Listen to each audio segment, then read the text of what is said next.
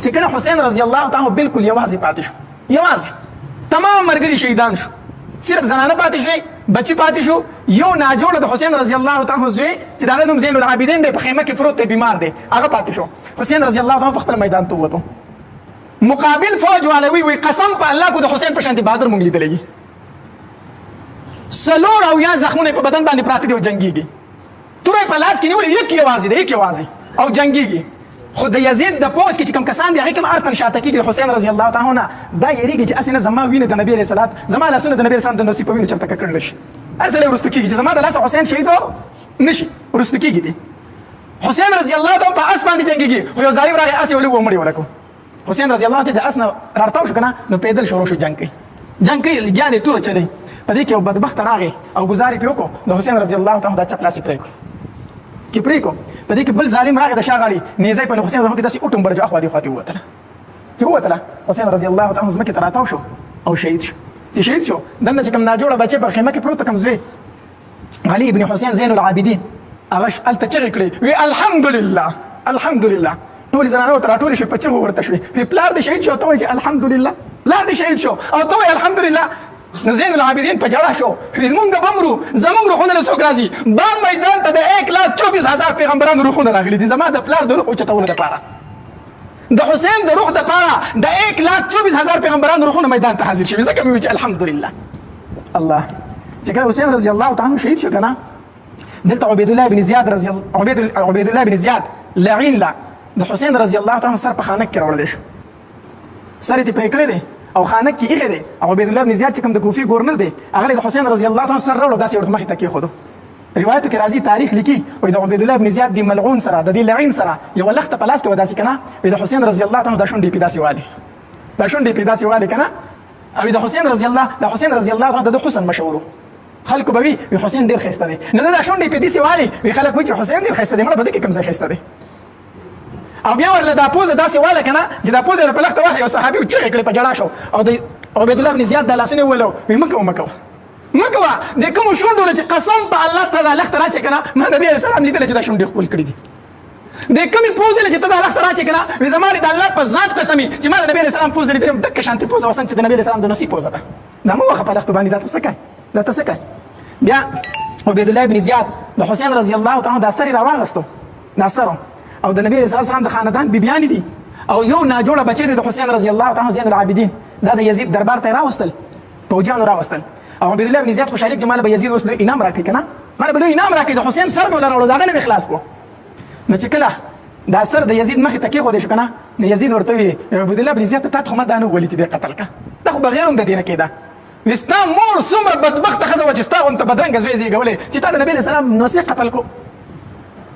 نو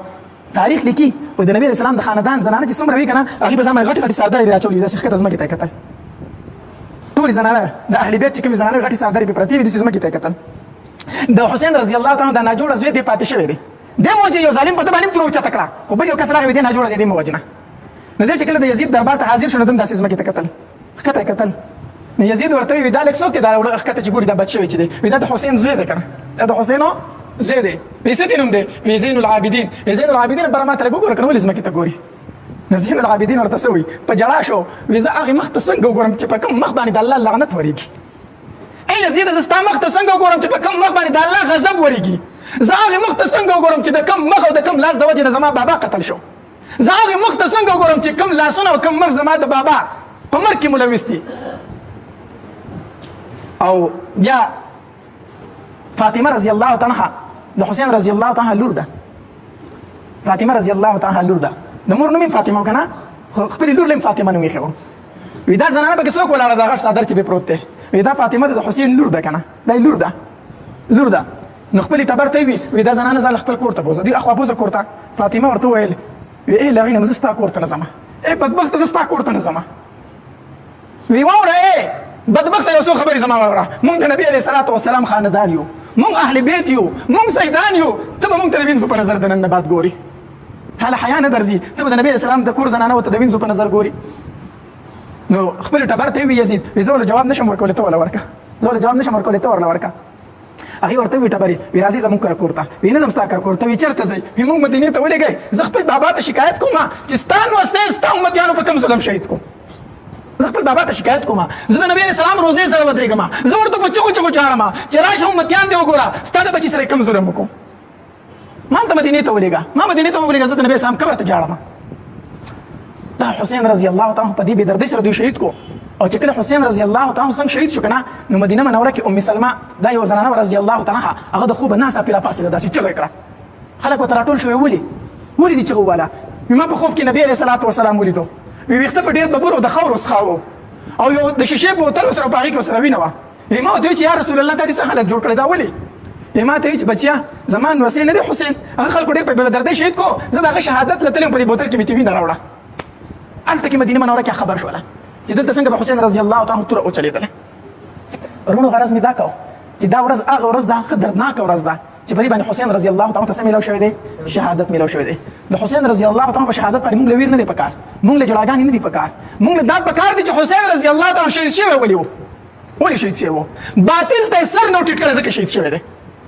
یوازې و، خو یې ناحقه نه منم، ناحقه نه منم. زما د بابا طریقه دا نه ده، زما د رسول الله دا طریقه نه ده. په کومه طریقه چې یزید راځي او مسلمانانو بادشاهي علي په پاکستان کې داسې نرز ویشته دی، د کلي نه آزاد شوی دی، تر ننه پورې څوک راپاڅېدلي دي چې یاره دا کم چې راځي دا طریقه نه ده د اسلام، دا مسلمانانو حکمران نشي کېدی. زه د بادشاهت نه منم، دا ملک په لا اله الا الله آزاد شوی دی، نو ولې پکې لا اله الا الله نشته دی؟ حسین هم دا خبره کوله که نه چې موږ مسلمانان یو، لا اله الا الله وایو، یزید په کومه طریقه چې راځي دا طریقه زما د پیغمبر نه ده. نو موږ دا پکار دی چې باطل ته مخې ته ودرېدل پکار دي. حق کې کو دې سر ځینو سر ورکه، خو حقو مه فرېږده. دا موږ ته دا واقع چې دا سبق راکړي موږ ته.